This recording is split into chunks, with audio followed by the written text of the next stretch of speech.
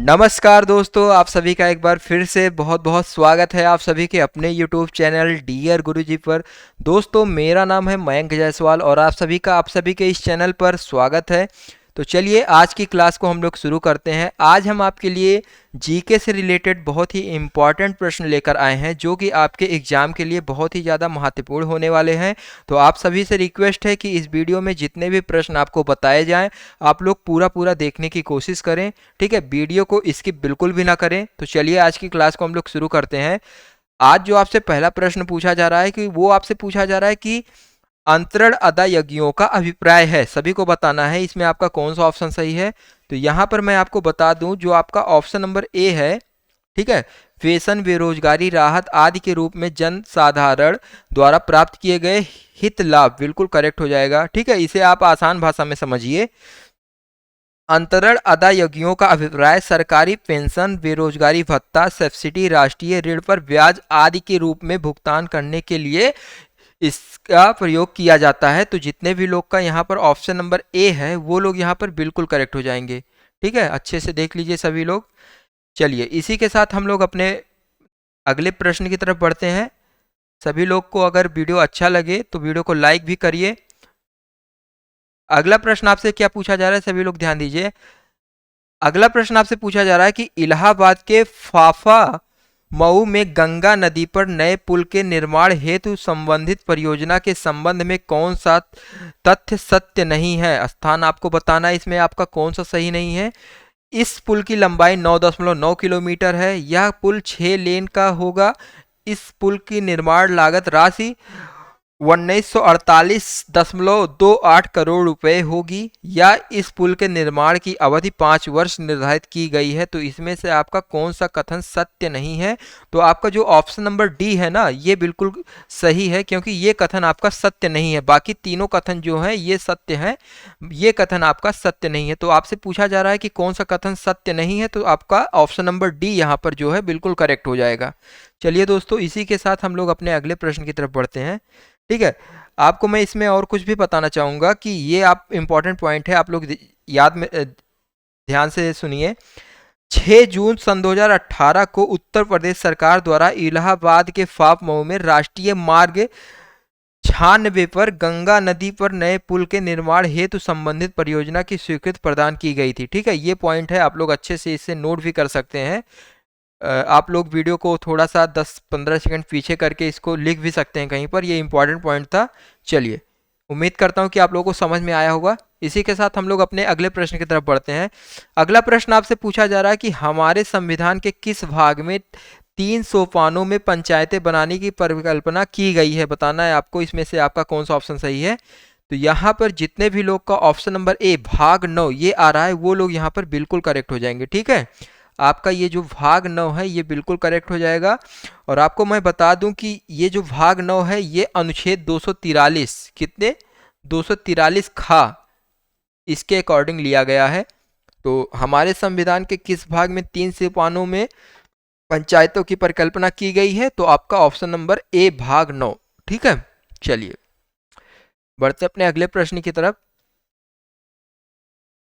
यहां पर आपसे क्या पूछा जा रहा है, व्यक्तित्व प्रयोज आय होती है। बताना है आपको डॉलर यहाँ पर कौन सा ऑप्शन सही है।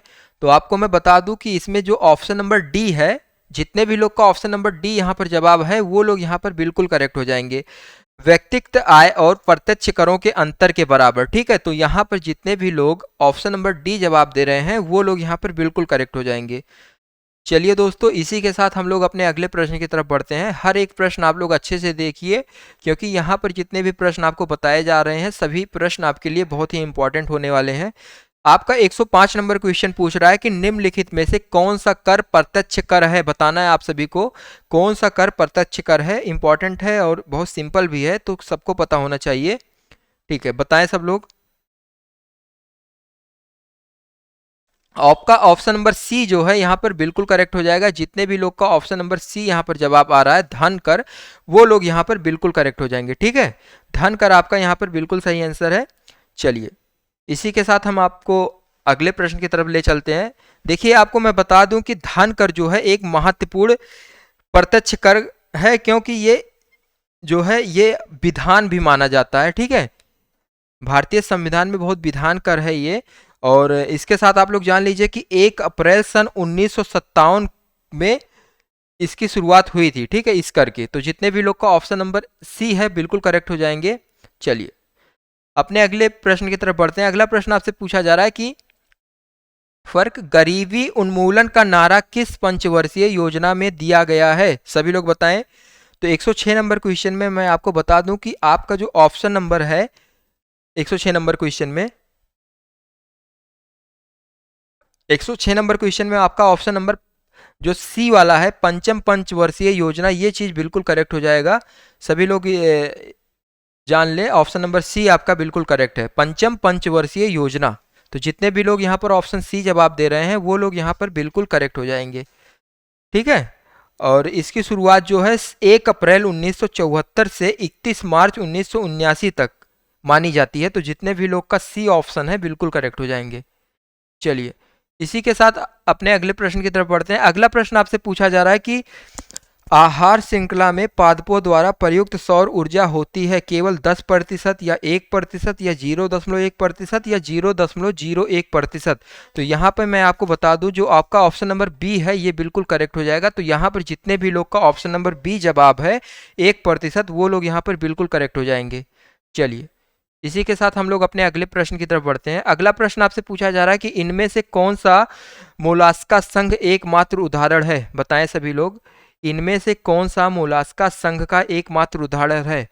तो तितली या आपका टिड्डा या तो बिच्छू या ऑक्टोपस। तो आपका जो ऑप्शन नंबर डी है ये बिल्कुल करेक्ट हो जाएगा। जितने भी लोग यहाँ पर ऑप्शन नंबर डी जवाब दिए हैं वो लोग यहाँ पर बिल्कुल करेक्ट हो जाएंगे, ठीक है। जो ऑक्टोपस है ये आपका मोलस्का संघ का एकमात्र उदाहरण है, ठीक है। चलिए अगला प्रश्न ध्यान दीजिए आप सभी लोग। रक्तस्राव को रोकने के लिए आमतौर पर किस एल्युमिनियम लवण का प्रयोग किया जाता है? बताएं सभी लोग, बहुत ही इंपॉर्टेंट क्वेश्चन है। तो आपको मैं बता दूं ये एल्युमिनियम जो आपका ये 109 नंबर क्वेश्चन है, रक्तस्राव को रोकने के लिए आमतौर पर किस एल्युमिनियम लवण का प्रयोग किया जाता है? तो यहां पर आपका जो ऑप्शन नंबर डी है पोटास एलम, ठीक है, पोटास एलम जिसको हम लोग क्या कहते हैं फिटकरी, ये बिल्कुल करेक्ट हो जाएगा। ऑप्शन नंबर जो आपका डी है, ठीक है, ये बिल्कुल यहां पर करेक्ट हो जाएगा। चलिए इसी के साथ हम लोग अपने अगले प्रश्न की तरफ बढ़ते हैं। अगला प्रश्न आपसे पूछा जा रहा है कि निम्नलिखित में से कौन एक मतदाता आयु घटाने से संबंधित संविधान संशोधन है? सभी लोग बताएं इसमें आपका कौन सा ऑप्शन सही है। तो जितने भी लोग का यहाँ पर ऑप्शन नंबर ए 61वां संशोधन आ रहा है वो लोग यहाँ पर बिल्कुल करेक्ट हो जाएंगे, ठीक है। आपका ऑप्शन नंबर ए बिल्कुल करेक्ट हो जाएगा। तो जितने भी लोग का यहाँ पर ऑप्शन ए है वो लोग यहाँ पर बिल्कुल सही हो जाएंगे। दोस्तों आप लोग को अगर वीडियो अच्छा लगे तो वीडियो को लाइक करते हुए चलिए, क्योंकि आप लाइक करेंगे तो हमें मोटिवेशनल मिलेगा जिससे कि हम और अच्छे से आपको बता पाएंगे। 111 नंबर क्वेश्चन आपसे पूछा जा रहा है कि उत्तर प्रदेश राज्य में उर्दू को द्वितीय राजभाषा कब घोषित किया गया? सभी लोग बताएं। 111 नंबर क्वेश्चन आपका कौन सा ऑप्शन इसमें सही है? तो यहाँ पर 111 नंबर क्वेश्चन में जिसको पता है वो लोग जवाब देने की कोशिश करें। तो जितने भी लोग का यहाँ पर वर्ष 1989, ठीक है, ठीक है, जितने भी लोग का ऑप्शन नंबर सी वर्ष 1989 आ रहा है वो लोग यहाँ पर बिल्कुल करेक्ट हो जाएंगे, ठीक है। उत्तर प्रदेश राज्य में उर्दू को द्वितीय राजभाषा वर्ष 1989 में घोषित किया गया, ठीक है। सभी का ऑप्शन नंबर सी बिल्कुल करेक्ट हो जाएगा। चलिए इसी के साथ हम लोग अपने अगले प्रश्न की तरफ बढ़ते हैं। अगला प्रश्न आपसे पूछा जा रहा है कि निम्न में से किस कशेरुकी में बहिकंकाल नहीं होता है? सभी लोग बताएं किस कशेरुकी में बहिकंकाल नहीं होता है? बहुत ही इंपॉर्टेंट प्रश्न है, सभी लोग जवाब देने की कोशिश करें। सर इसमें आपका जो ऑप्शन नंबर ए है एम्फीबिया उभयचर, ठीक है, बिल्कुल करेक्ट है। जितने भी लोग का एम्फीबिया उभयचर आ रहा है ऑप्शन वो लोग यहाँ पर बिल्कुल करेक्ट हो जाएंगे। वही कंकाल की रचनाएं जो होती हैं ये त्वचा की बाहरी सतह पर स्थित रहती हैं, सभी को पता है, ठीक है। तो इसमें जो है वही कंकाल होता ही नहीं है। तो जितने भी लोग का ऑप्शन नंबर ए है यहाँ पर बिल्कुल करेक्ट हो जाएगा। चलिए दोस्तों इसी के साथ हम लोग अपने अगले प्रश्न की तरफ बढ़ते हैं। अगर मैं आपको इसका उदाहरण दूं वही कंकाल का, तो जैसे हो गया मछली, ठीक है, सांप हो गए और पक्षियां हो गई, ठीक है, ठीक है, इनके पंजे इत्यादि। बिल्कुल ये ऑप्शन आपके बहुत ही अच्छे हैं, तो जितने भी लोग को नहीं पता है वो लोग जान ले, ठीक है। ऑप्शन नंबर ए यहाँ पर बिल्कुल करेक्ट है। चलिए इसी के साथ हम लोग अपने अगले प्रश्न की तरफ बढ़ते हैं। अगला प्रश्न देखिए आपसे क्या पूछा जा रहा है। फलों का मधुर मतलब मीठा स्वाद किसके कारण होता है? ठीक है, 113 नंबर क्वेश्चन, बताइए आपका कौन सा ऑप्शन सही है। तो ये आपका जो फ्रक्टोज है, इसी के कारण जो है फलों का फल जो है मीठा होता है, स्वाद में मीठा होता है। तो जितने भी लोग का यहाँ पर ऑप्शन नंबर बी है वो लोग यहाँ पर बिल्कुल करेक्ट हो जाएंगे। बहुत ही अच्छा क्वेश्चन है, सभी लोग ध्यान में रखिए, ये क्वेश्चन इंपॉर्टेंट भी है। 113 number question, option number B आपका बिल्कुल करेक्ट हो जाएगा। चलिए इसी के साथ हम लोग अपने अगले प्रश्न की तरफ बढ़ते हैं। अगला प्रश्न आपसे पूछा जा रहा है कि समुद्र के जल का शोधन करने के लिए सामान्य रूप से प्रयोग की जाने वाली भौतिक प्रणाली है, सभी को बताना है इसमें आपका कौन सा ऑप्शन सही है। तो मैं आपको बता दूं कि जो समुद्र का जल होता है इसको शोधन करने के लिए सामान्य रूप से जो है आसवन, ठीक है, आसवन जो है इस विधि को प्रयोग में लाया जाता है। तो जितने भी लोग यहाँ पर ऑप्शन नंबर बी जवाब दे रहे हैं वो लोग यहाँ पर बिल्कुल करेक्ट हो जाएंगे, ठीक है, बहुत ही इंपॉर्टेंट है, सभी लोग ध्यान से देखिए इसको। चलिए सभी लोग जवाब देते हुए चलिए, ठीक है, इससे आप लोगों का भी रिवीजन होता रहेगा।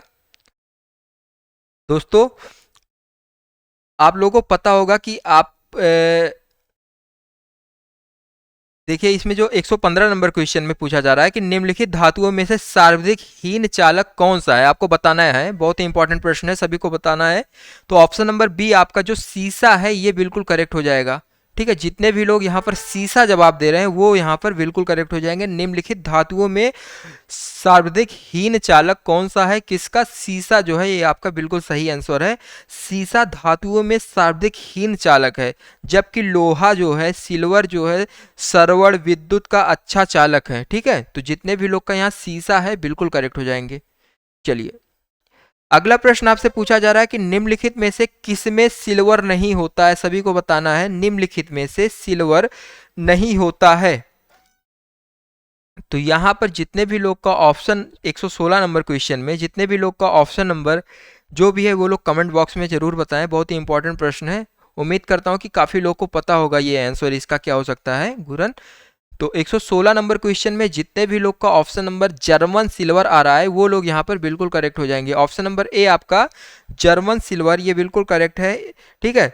यहाँ पर जो है मैं आपको बता दूं कि तांबा जो है 60%, जस्ता 20% और निकेल 20% की मिश्रित धातु है, ठीक है, जर्मन सिल्वर में। तो जितने भी लोग का ऑप्शन नंबर ए है वो लोग यहाँ पर बिल्कुल करेक्ट हो जाएंगे।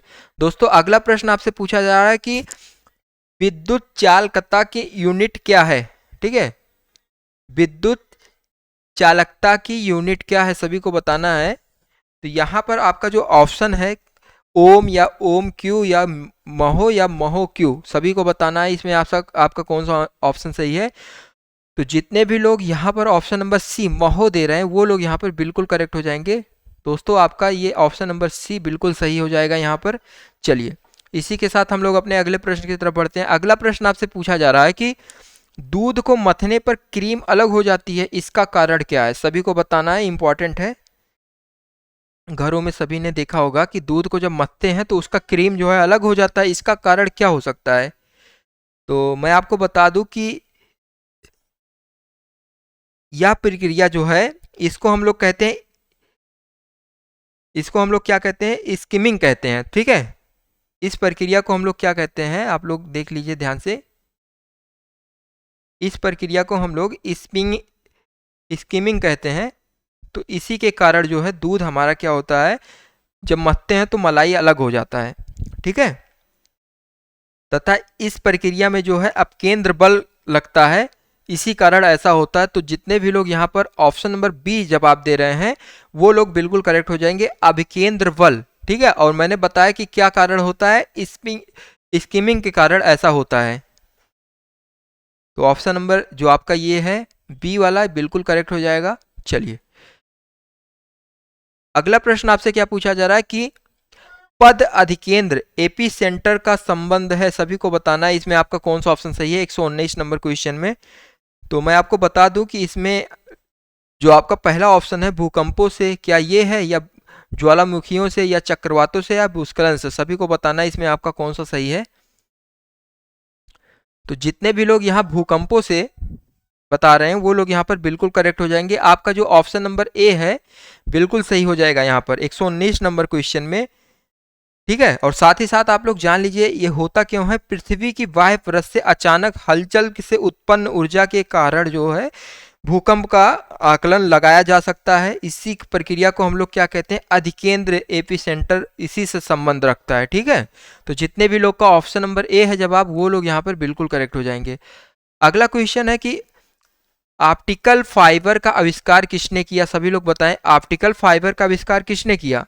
तो इसमें जितने भी लोग का ऑप्शन जो भी है कमेंट बॉक्स में जरूर बताएं, बहुत ही इंपॉर्टेंट है। तो 120 क्वेश्चन नंबर क्वेश्चन में जो आपका ऑप्शन नंबर बी है नरिंदर कपानी बिल्कुल करेक्ट हो जाएगा।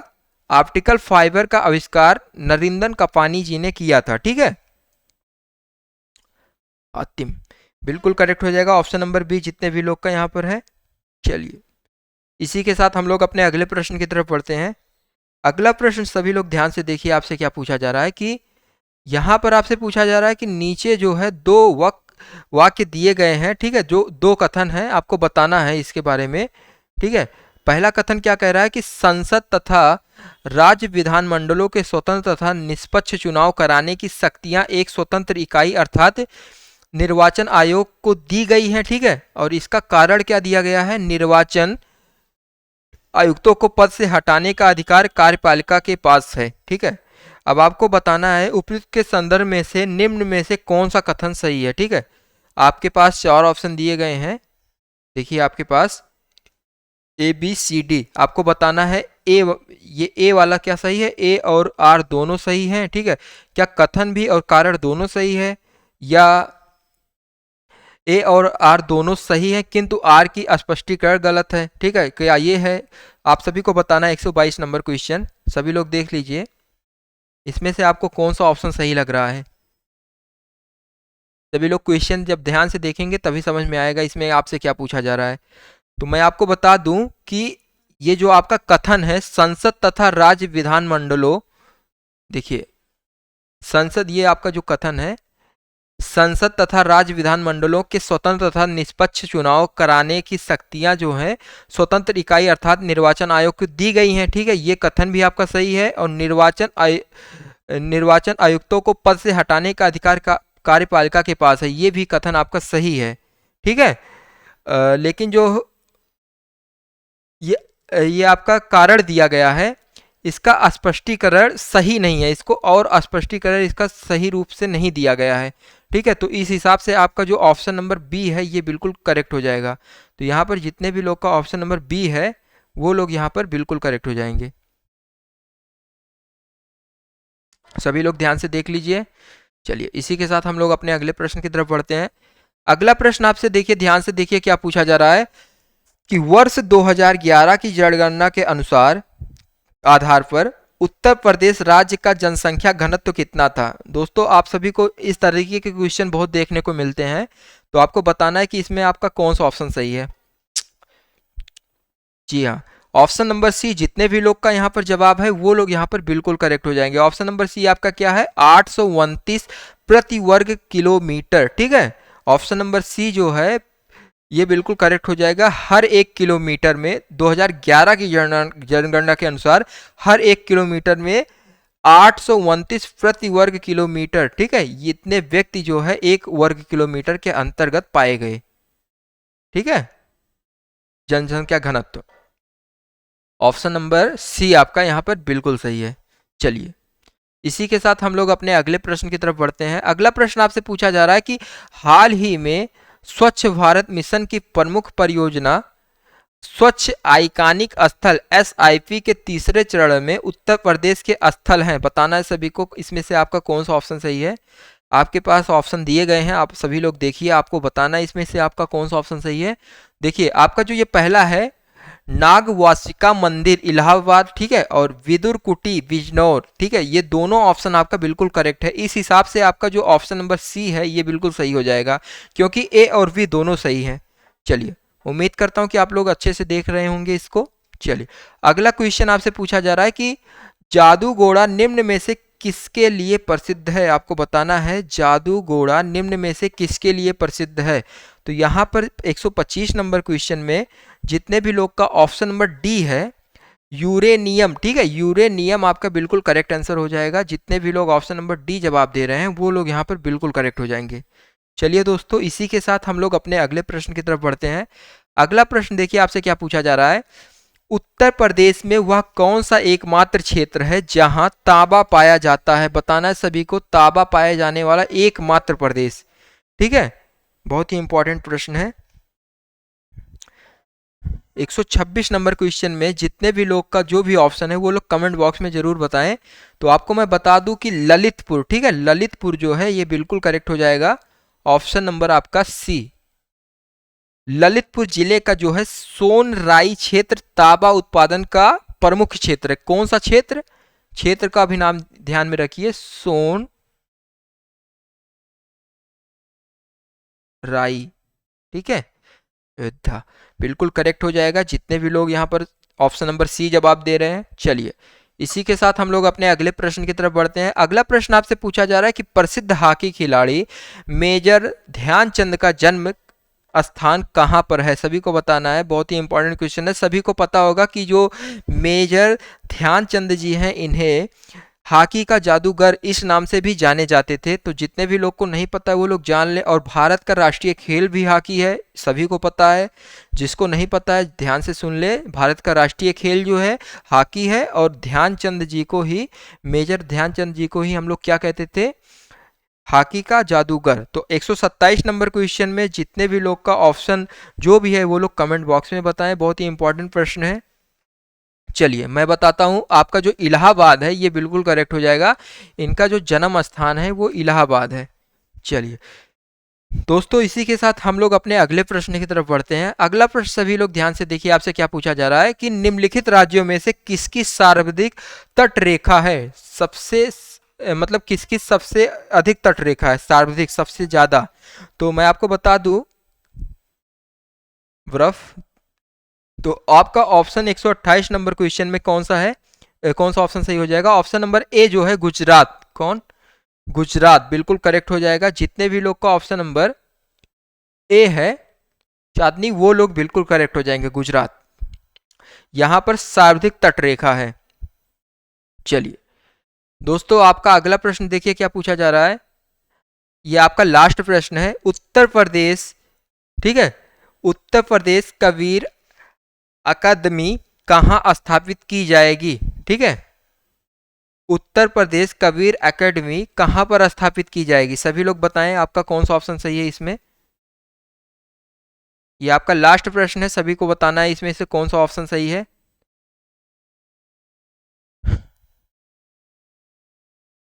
जी हाँ दोस्तों, जितने भी लोग यहाँ पर ऑप्शन नंबर बी जवाब दे रहे हैं वो लोग यहाँ पर बिल्कुल करेक्ट हो जाएंगे। ठीक है, ऑप्शन नंबर डी मगहर बिल्कुल करेक्ट आंसर है। चलिए दोस्तों, इसी के साथ आपका ये टॉपिक यहीं पर समाप्त होता है। और इसी तरह आप इस चैनल से जुड़े रहें, आपको बहुत ही इंपॉर्टेंट प्रश्न आपको यहाँ पर कराए जाते हैं।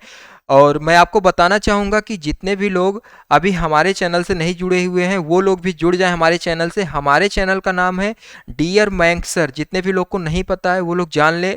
आपको डिस्क्रिप्शन बॉक्स में इसका लिंक मिल जाएगा, आप लोग जाइए, वहाँ पर भी हम आपके लिए डेली 2 से 3 वीडियोज़ प्रोवाइड करते रहते हैं जो आपके एग्जाम से रिलेटेड होते हैं। ठीक है, तो आप लोग जाइए, उसको भी सब्सक्राइब करिए। ठीक है, आप लोग जुड़ें उससे भी। चलिए, इसी के साथ मैं आपसे अलविदा लेना चाहूँगा। मिलते हैं अपने किसी अन्य वीडियो में, तब तक के लिए नमस्कार।